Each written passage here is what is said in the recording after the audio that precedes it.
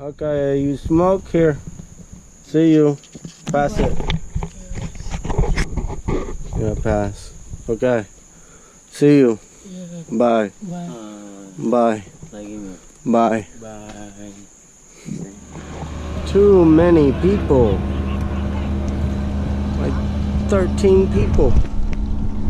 This is the harbor. My bags ready to go. I got lucky. This boat's only holding 5. This is a potato cracker. Pretty good. Look at how dirty the water is. People are swimming. Crazy. Taking away all the illegal trees. And the village sees no money. How lucky I am.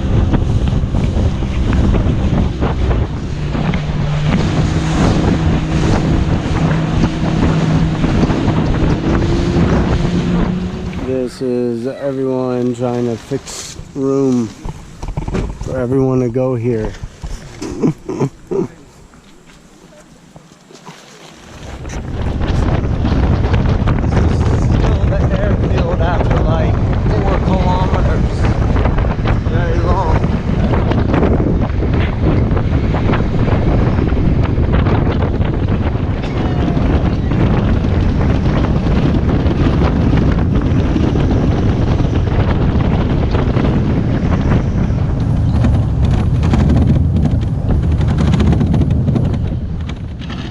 You know, I got pretty lucky when I was in Papua New Guinea. I wouldn't really say it was luck, but more or less, you know, I have a lot of, like, no fear.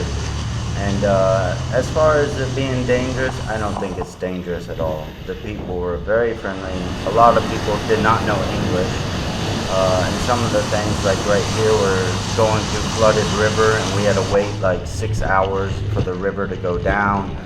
And then I ended up sleeping with the driver of the truck, and he basically let us sleep for free, but he was saying he's opening up a guest house and you'll be charging him about $40 a night. And it's very simple for hotels, like maybe a fan and maybe the mattress might be on the floor if you have one.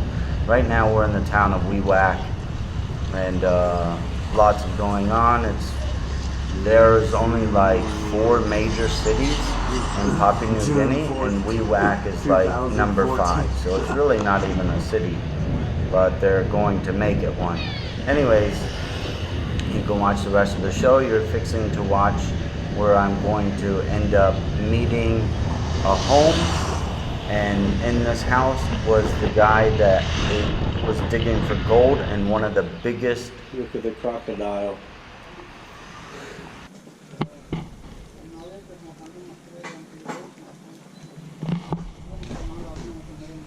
He nice? This is John, the black guy that is talking to me in the video. You're fixing to see him shortly. He's basically the housekeeper, you know, and the main guy that lives here, his name is Ubal. And he's from, I think, Bulgaria or something like that. And anyways, he's a big gold miner. He was one of the biggest in Australia, and then nice Australia made it illegal, and then he come to Papua New Guinea. If you don't know, Papua New Guinea is the biggest gold mine in the world is in Timika. Timika is on the Indonesia side.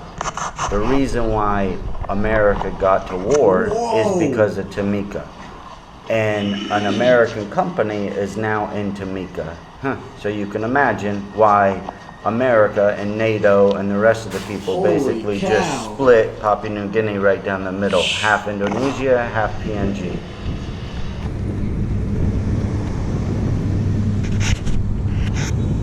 They say that island there is, what is it? Kaidaru, full of gold. That is crazy amount of dough. This is my hand. Wow. Okay, I'm going to try some sheep tongue. Which one do I eat first? This? Yeah.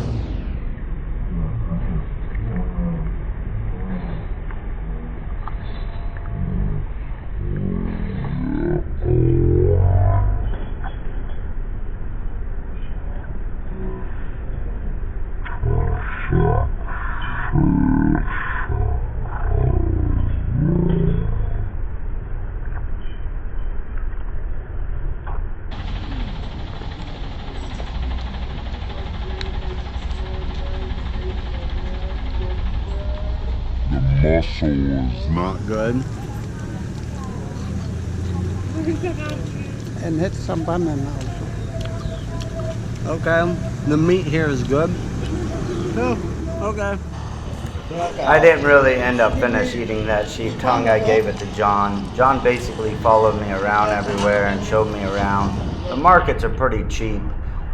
You can buy really good prices there. Actually, a lot of people wanted to give me stuff, you know. I mean, everything is growing in PNG, and so everyone takes everything from the village and comes to the cities and sells it, tries to make a little bit of money. You can find a variety of food here, and as you can see, everyone loves me. Everyone is having such a good time with me. Here's some like caterpillars that people eat, and yeah, it was quite an interesting place. Smoking some weed, getting high, enjoying this beautiful view. This crazy artistic home.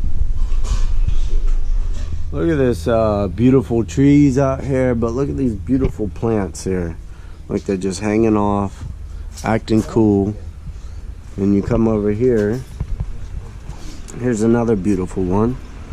But look at these plants, they're like geniuses. They like capture the water on the top to hold it, and then they cover their leaves here to protect and the roots and make more of a barrier. I guess a bird comes in and plants a seed, but just amazing how smart these guys are and beautiful. Steven's friend who works with Lubo, and I'm at National Gold's house in Papua New Guinea. yeah.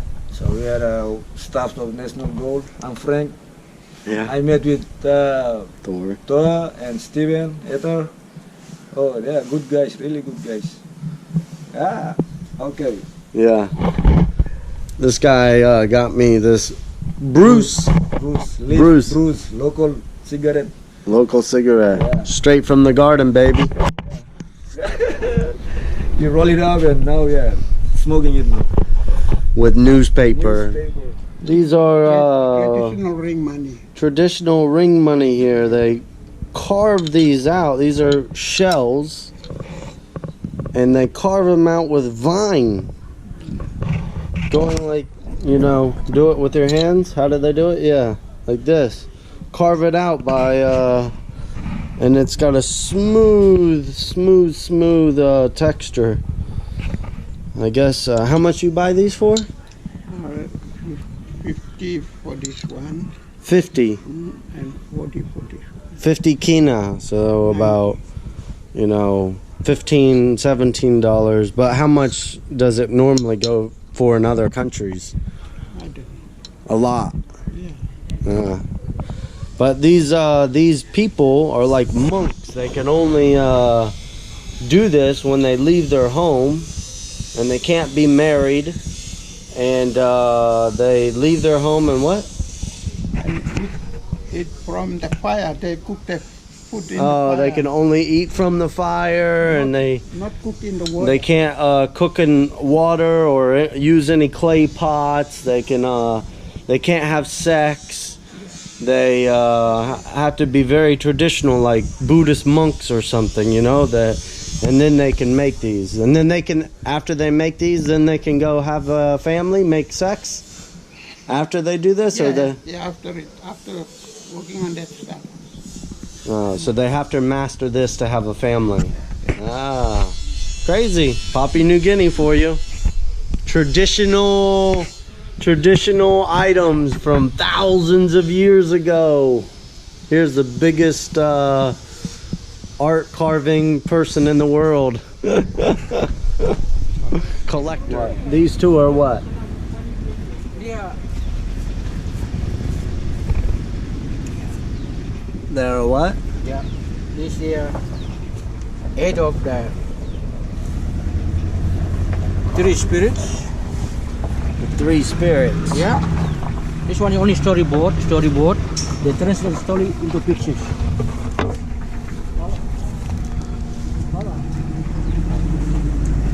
what we call a picture board or storyboard. Yeah. He's got big ones. Yeah. Huh. There's another storyboard. There's a storyboard. Yeah. You translate story into picture. What they call picture board or storyboard. Good. This all came from the Sepik River? Yeah, come from Sepik River. This is very, very, very old. Yeah, that looks very old. Two head. They carved this with the pig tusk Yes. or some shells. Shells.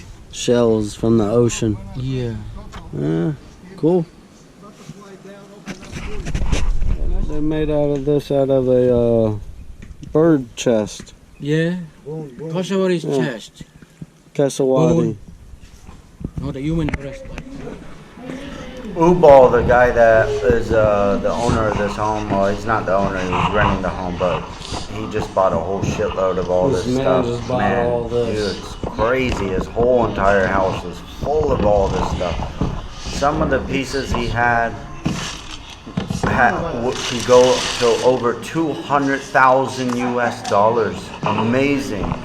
And it was truly amazing how much money he had and wrapped up into this old house that he was just renting. But you'd be surprised how much stuff is worth in other countries. I mean, you can see the details in here and the craftsmanship, and you take this wood and bring it to Australia or America, some of them pieces are worth $10,000, $15,000 easily.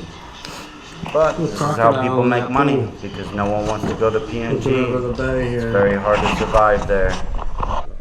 Oh no. This is SP Lager beer.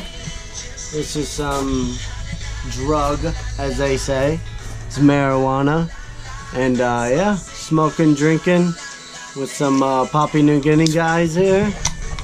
Having a good time. Okay, click. Okay. So I'm going to Angaram, Papua New Guinea, and Angaram too long. Angaram short form. yeah, it's close to Wewak. I'm sitting in the front here. I'm going on a well, it's supposed to be a 10-day trip, maybe 8 days, but seems like it might be longer. Gonna go out here to do some gold dredging. So I'm gonna miss my festival in Leh, but this is a once-in-a-lifetime experience. A festival will be there every year, so we shall see.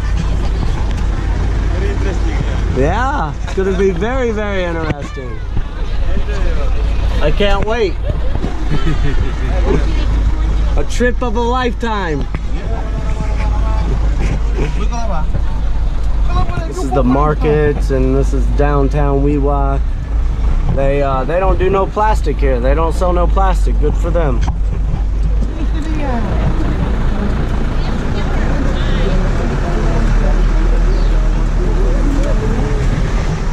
Look at the line to the bank. Absolutely insane. Yeah, only one PSP. Crazy. This is downtown Wewak.